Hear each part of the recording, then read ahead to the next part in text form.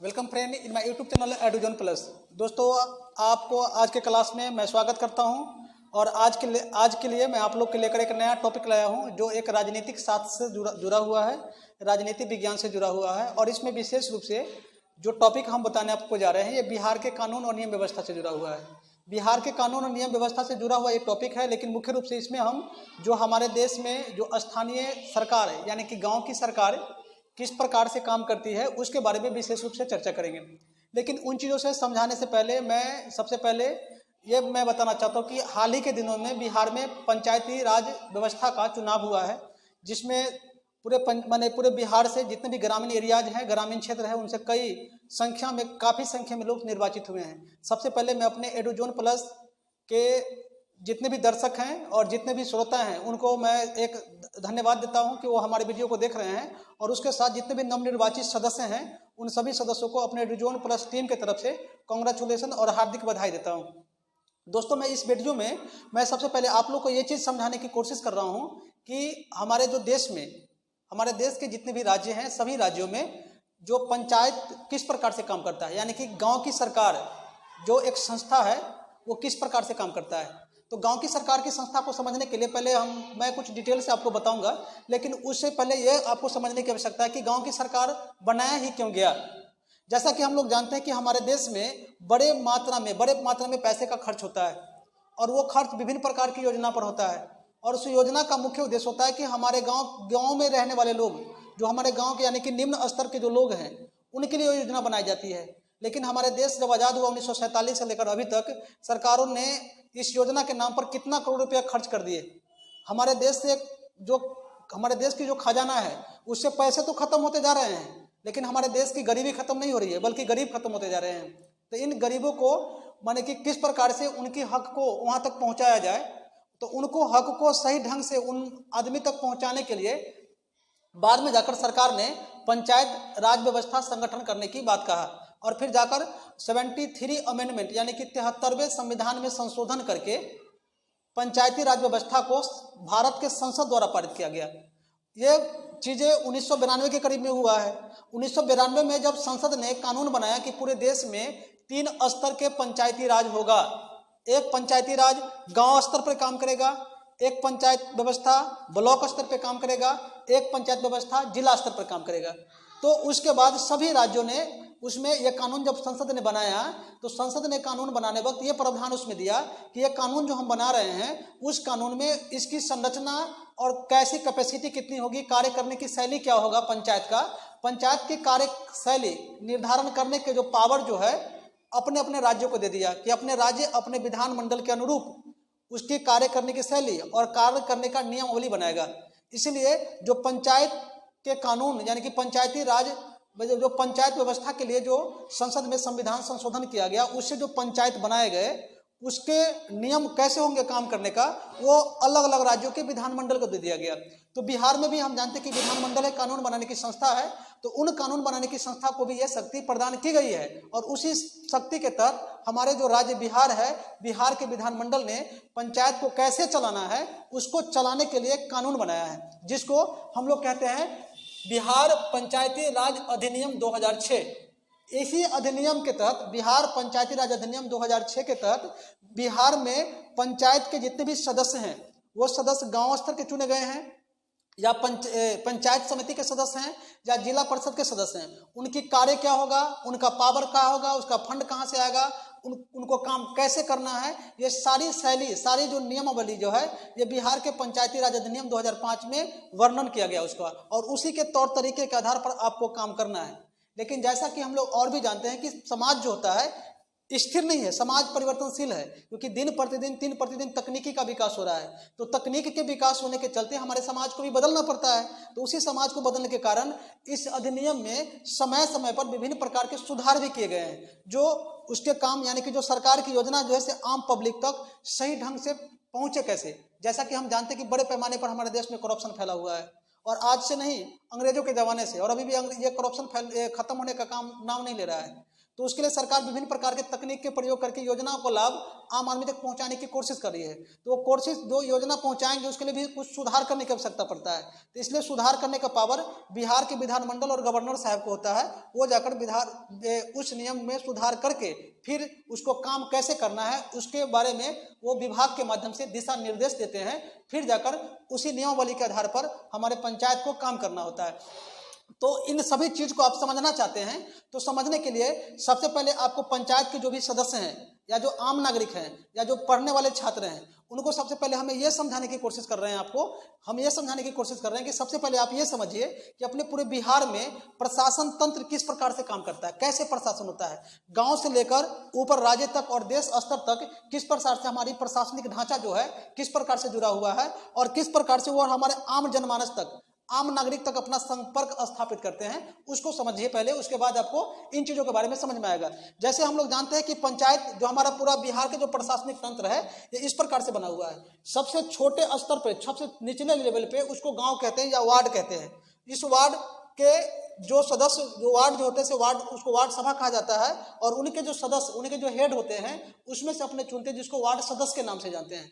उसमें से एक व्यक्ति, वार्ड सभा के माध्यम से एक व्यक्ति को सचिव के रूप में चुना जाता है जो वो वार्ड सभा चुनेगा। तो सबसे निचले स्तर पे आपका वार्ड है।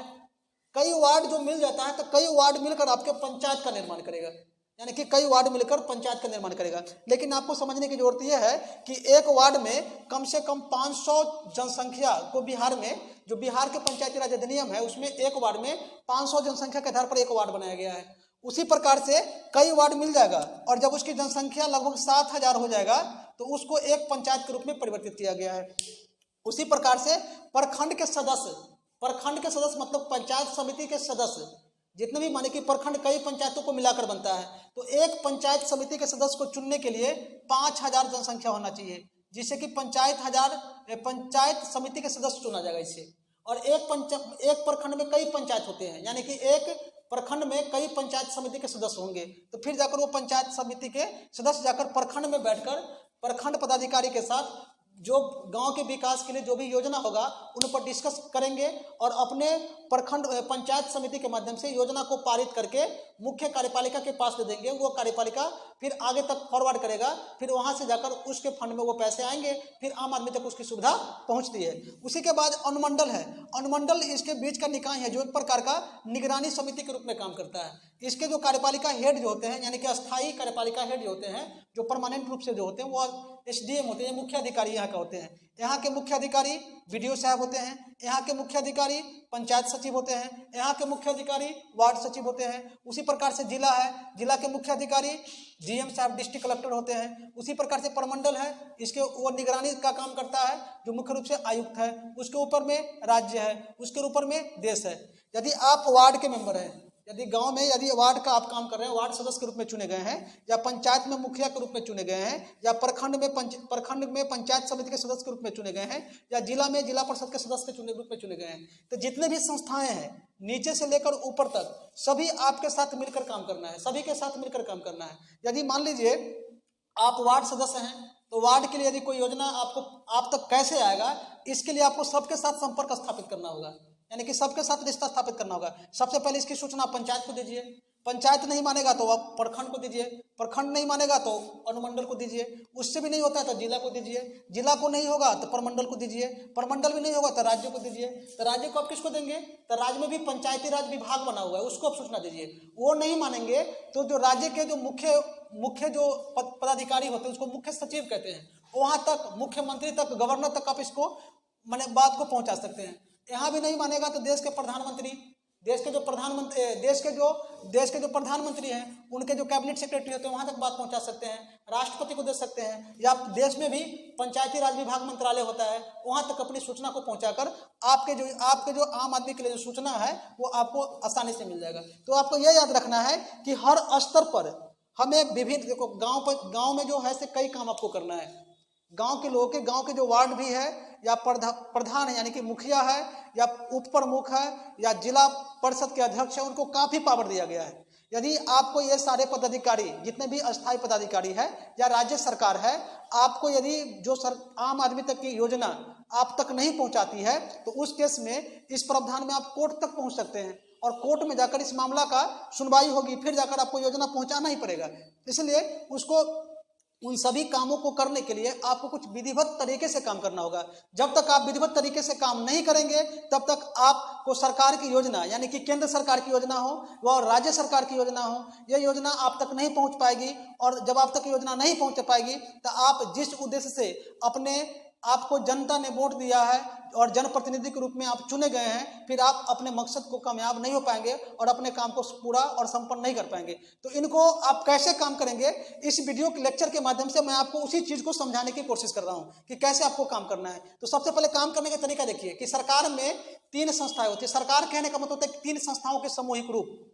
सरकार मतलब होता है कि 3 संस्थाओं के सामूहिक रूप। यदि सरकार आप हैं या सरकार नाम के शब्द का प्रयोग करते हैं तो उसमें 3 संस्था होती है मुख्य रूप से, जो सभी सामूहिक रूप से काम करती है। एक संस्था होती है विधायिका, एक होती है कार्यपालिका, तीसरा होती है न्यायपालिका। यह संस्था का काम है कानून बनाना। यह कानून बनाने वाली संस्था होता है विधायिका, कानून बनाना। कानून बनाने वाली संस्था को बनाना।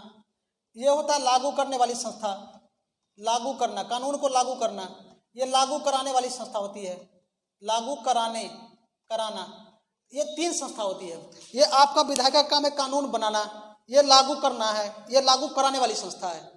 हर स्तर पे, देश के स्तर पे हो या राज्य के स्तर पे हो या प्रमंडल के स्तर पर हो, जिला स्तर पर हो, अनुमंडल के स्तर पर हो या प्रखंड स्तर पे हो, ये सभी हर जगह पे 3 प्रकार की संस्थाएं हैं।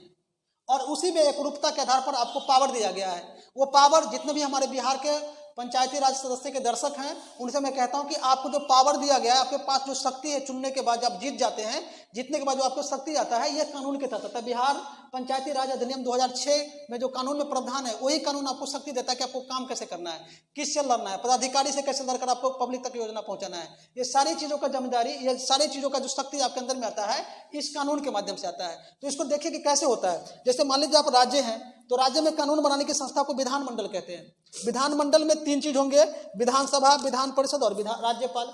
ये तीनों मिलकर कोई कानून बनाएंगे। ये जो कानून विधानमंडल बना दिया, तो वो कानून हमारे राज्य के संपूर्ण राज्य में या जहां तक उसकी सीमित बनाई जाएगी विधानमंडल के द्वारा, वहां तक वो लागू होगा। तो आपको पहला जो हमारे राज्य में पूरा कानून लागू करना है, तो उसका पूरे राज्य में कानून बनाने का काम विधानमंडल को दे दिया गया है। लागू कराने वाले कौन कौन लोग होंगे, तो जितने भी पदाधिकारी ये सब हैं सो, उसके साथ साथ मंत्री जितने हैं सो, गवर्नर है सो, सब इसको लागू करने का काम करेंगे, इंप्लीमेंट करवाएंगे इसको। और जब लागू नहीं होता है तो सबको डांट फटकार लगाकर लागू करवाने का काम हाईकोर्ट करवाएगा। और जो व्यक्ति लागू नहीं करेगा, नियम को नहीं मानेगा, उसको सजा देने का काम कौन करेगा, हाईकोर्ट करेगा राज्य का।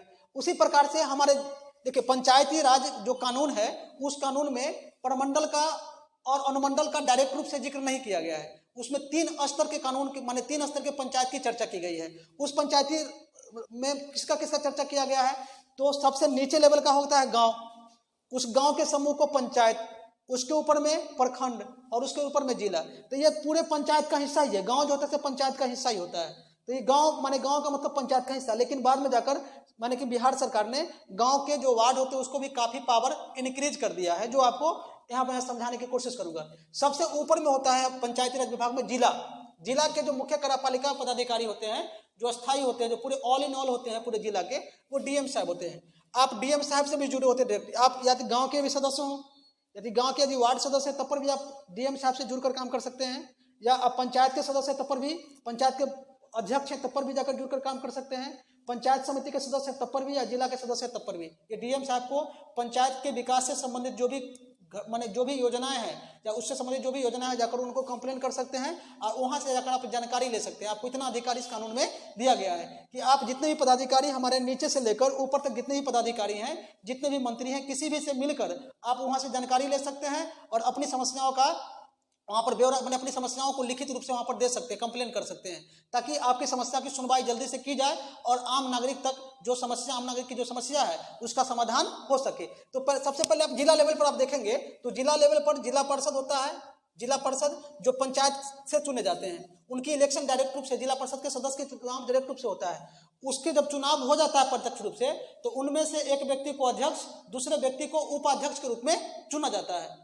उनका काम होता है कि जिला स्तर पर जाकर जो गांव के विकास के बारे में विभिन्न योजनाओं पर डिस्कस करना और योजना पर प्लान करना, क्योंकि ये एक जो जिला परिषद जो है एक विधायिका है, तो विधायिका यहाँ पर कानून बनाने की संस्था नहीं बल्कि योजना बनाने की संस्था है। ये संस्था यहाँ पर देखो, पंचायत में भी कानून बनाने का पावर संसद द्वारा बनाए गए जो कानून है उसमें नहीं दिया गया कि कानून बनाना पंचायत को होगा, लेकिन योजना बनाने का पावर जो है विधायिका के रूप में जिला परिषद को जिला स्तर पे जो जिला के जो पदाधिकारी हैं उनसे मांग करके गाँव के विकास के लिए योजना निर्माण करने का पावर जो है जिला परिषद को दे दिया गया है। फिर जिला योजना समिति होती है जिसमें पदाधिकारी और इसके सदस्य मिलकर जिला योजना समिति का निर्माण करते हैं और किस अलग अलग विभाग के लिए अलग अलग काम के लिए किस प्रकार से योजना बनाना है, जैसे किस कृषि के लिए योजना कैसा होना चाहिए, सिंचाई के लिए योजना कैसा होना चाहिए, पशुपालन के लिए कैसा होना चाहिए, जल माने कि पेयजल सप्लाई के लिए कैसा योजना होना चाहिए, स्वास्थ्य के लिए कैसा योजना होना चाहिए, शिक्षा को मुहैया कराने के लिए कैसा योजना होना चाहिए, गांव में जन वितरण प्रणाली को ठीक करने के लिए कैसा योजना होना चाहिए। तो अलग अलग माने कि 29 विषय आपको दिए गए हैं, तो 29 विषयों के लिए किस प्रकार से योजना चाहिए उसका जिक्र यहाँ पर योजना समिति जिला योजना समिति के द्वारा किया जाता है। उसके बाद सभी जितने भी विभाग हैं यानी जितने भी काम हमारे होते हैं 29 विषय उसके अलग अलग विभाग होते हैं, सभी विभाग के पदाधिकारी सचिव यहाँ पर आपके जो समस्या का समाधान करने के लिए यहाँ पर मौजूद होते हैं। जैसे कृषि के लिए कृषि पदाधिकारी होंगे, शिक्षा के लिए डिस्ट्रिक्ट एजुकेशन ऑफिसर होंगे, हेल्थ के लिए डिस्ट्रिक्ट हेल्थ ऑफिसर होंगे। इस प्रकार से बहुत सारे विभाग जितने भी विभाग है, जैसे रोड ट्रांसपोर्ट के लिए वहाँ पर RTO ऑफिस होगा, जैसे जमीन के लिए लैंड ऑफिस होगा। तो ये सारे के सारे विभाग आपको यहाँ पर मिलेगा जो आपको वहाँ पर सचिव मुख्य अधिकारी के रूप में लोग काम करते हैं और सबके हेड DM साहब वहाँ पर होते हैं। उसी प्रकार से न्याय व्यवस्था को दुरुस्त करने के लिए आपका यहाँ पर न्यायालय जिला न्यायालय होता है, जो जिला के अंदर में कोई भी घटना होती है और विभिन्न प्रकार के जो क्राइम्स किए जाते हैं तो उनको विभिन्न IPC के धारा में मुकदमा दर्ज करके और उनकी जो सुलह और समाधान जो है जिला न्यायालय में किया जाता है कि कोई व्यक्ति अपने हाथ में कानून लेगा तो उन कानून का समाधान कहाँ पर होगा, तो जिला न्यायालय में होगा, जिसका पावर जिला न्यायालय को दिया गया है। तो यह संस्था आपको यहाँ पर विधायिका है, कानून बनाने वाली संस्था, यानी कि यहाँ पर कानून नहीं बनाती बल्कि योजना बनाती है दोनों मिलकर। और ये विभागीय सचिव इसको लागू करने वाले संस्थे हैं और यहाँ के अध्यक्ष उपाध्यक्ष भी उसमें शामिल है लागू करने में। और जिला न्यायालय यहाँ पर इसे न्याय व्यवस्था को दुरुस्त करने के लिए यहाँ पर होता है। उसी प्रकार से प्रखंड में भी आ पाएंगे तो जो यहाँ पर मुख्य कार्यपालिका पदाधिकारी जो होता है वो BDO साहब होते हैं और नीचे जो होता है योजना बनाने वाली संस्था इसको पंचायत समिति कहते हैं। अलग अलग सभी विभाग जिस प्रकार से जिला में विभाग होता है उसी प्रकार से ब्लॉक में भी विभाग होगा। और न्याय व्यवस्था को दुरुस्त करने के लिए यहाँ पर मुंसिफ कोर्ट होता है, तो मुंसिफ की बात यहाँ पर कहा गया है। उसी प्रकार से पंचायत की बात कहते हैं, पंचायत में भी ये पंचायत में कानून बनाने की संस्था योजना बनाने की संस्था ग्राम सभा को पावर दिया गया है। इस अधिनियम के तहत ग्राम सभा योजना का डिस्कस करेगा। योजना को यदि गांव में लागू करवाना है, यदि योजना को सरकार से डिमांड करना है तो योजना को लागू करने के लिए भूतल पर लागू करने के लिए और आम आदमी तक सरकारी योजना को पहुंचाने के लिए ग्राम सभा से पारित होना योजना को जरूरी है। यानी कि ग्राम सभा योजना बनाने की संस्था है पंचायत स्तर पर। उसी प्रकार से काम को सही ढंग से करने के लिए कई अस्थायी समिति बनाई गया है, जिसमें 6 समिति इस अधिनियम के तहत मुख्य रूप से डिस्कस किया गया है। और अन्य विभागीय कर्मचारी जो राज्य सरकार चाहेगी कि काम को कैसे पंचायत के काम को आसानीपूर्वक हो, उसको आसानीपूर्वक होने के लिए अन्य विभागीय पदाधिकारी जो है या कर्मचारी को बिहार सरकार अपना नियुक्त करेगी, उसके साथ इसको मिलकर काम करना है। और ग्राम न्यायालय का प्रावधान किया गया है कि गांव के स्तर पर कोई छोटा मोटा मुकदमा हो या केस हो तो उन केस का समाधान ग्राम न्यायालय करेंगे, जिसके अध्यक्ष सरपंच होते हैं और उपाध्यक्ष उप सरपंच होते हैं। जो उप सरपंच को उसी में से चुना जाता है, तो इसके अध्यक्ष उपाध्यक्ष दोनों होते हैं, पंच सरपंच और पंच दोनों होते हैं, उनका अलग अलग पावर दिया गया है। लेकिन वर्तमान समय में पंच के कुछ कार्य क्षेत्र को पंचायती राज विभाग ने और काफी बढ़ाया है। जब पंच के बारे में मैं बताऊंगा कि पंच कौन कौन काम कर सकता है, सरपंच कौन कौन काम कर सकता है, तो वहां पर जाकर आपको इस चीज के बारे में डिटेल से मैं बताऊंगा। फिर उसके नीचे होता है वार्ड। 2007 माने कि जब 2006 के जब कानून बना तो उसमें इसकी चर्चा नहीं की गई थी, वार्ड क्रियान्वयन समिति और वार्ड सभा नहीं किया गया था। लेकिन 2017 में जब कानून में जब संशोधन किया गया तो सरकार ने कहा कि जिस प्रकार से पंचायत में ग्राम सभा का प्रावधान है उसी प्रकार से वार्ड में भी वार्ड सभा का प्रावधान होना चाहिए। यानी कि वार्ड सदस्य अब काम को स्वतंत्र रूप से कर सकता है, यानी कि वहां पर उनको मुखिया जी से कुछ काम, यानी कि मुखिया जी के जाके पास जाकर उनको हर चीज मुखिया से नहीं पूछना है, अपना स्वतंत्र रूप से वो वार्ड सभा बुलाएंगे और वार्ड सभा बुलाकर वार्ड सभा में अपने जो वार्ड की जो समस्याएं हैं उन समस्याओं को एक कॉपी में लिख कर विभिन्न प्रकार के कौन से योजना के तहत ये समस्या का समाधान होगा उसको लिखित रूप में वार्ड सभा के सदस्यों द्वारा हस्ताक्षर कराकर या अंगूठा के निशान दिवाकर उसको पास करा देंगे। पास कराकर ये समिति के पास इसका एक कॉपी रख देंगे और इसका लिखने का काम सचिव साहब करेंगे और इसकी कॉपी एक कॉपी आपको ग्राम सभा को माने पंचायत को देना पड़ता है, पंचायत के सचिव को जमा करना पड़ता है और एक जो इसकी कॉपी जो है एक बीडीओ साहब को आपको देना पड़ेगा और एक कॉपी जाकर आपको अपने पास रखना पड़ेगा। जब इस प्रकार से आप काम करते हैं तो फिर आपके वार्ड में बहुत तेजी से विकास होगा। इसलिए आपको काम कैसे करना है, सो मैं इस वीडियो के माध्यम से और ये लिखे हुए विवरण के माध्यम से मैं आपको समझाने की कोशिश कर रहा हूं कि आप वार्ड के सदस्य हैं तब पर भी, या पंचायत में या मुखिया है उप मुखिया है तब पर भी, प्रखंड में यदि पंचायत समिति के सदस्य हैं, प्रमुख है उप प्रमुख है तब पर भी, या जिला में जिला परिषद के माने जिला परिषद के सदस्य हैं, अध्यक्ष है उपाध्यक्ष है, ये सभी क्षेत्र में जो जो ये जितने भी संरचना देख रहे हैं उस सभी स्थिति में जाकर आप विभिन्न प्रकार के पदाधिकारियों से, विभागीय पदाधिकारी से मिलकर उस योजना के बारे में समझेंगे और पदाधिकारी को समझाना पड़ेगा उस योजना के बारे में, समझाएंगे आपको। फिर इस योजना को लागू आम नागरिक तक कैसे करना है, आम नागरिक को उसकी सुविधा कैसे पहुंचाना है, ये सभी पदाधिकारियोों के साथ मिलकर आपको काम करने की आवश्यकता है। ये सारे के सारा पावर वार्ड से लेकर मुखिया जी से लेकर उप मुखिया, पंचायत समिति या प्रमुख, उप प्रमुख, जिला परिषद या उसके सदस्य या उसके अध्यक्ष उपाध्यक्ष सभी को जो ये पावर जो मिला है, ये पावर कहाँ से मिला है? पंचायती राज अधिनियम 2006 से मिला है। इसलिए घबराने की कोई बात नहीं है।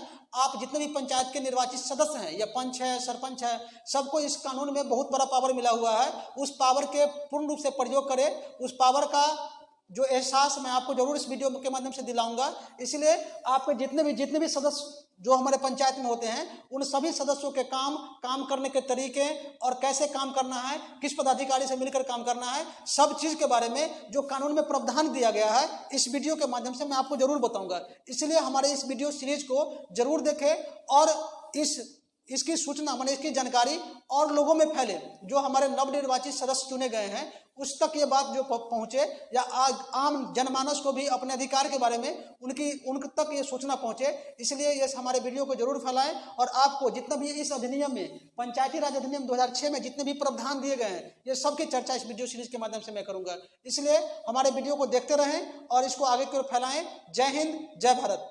Thank you watching this video.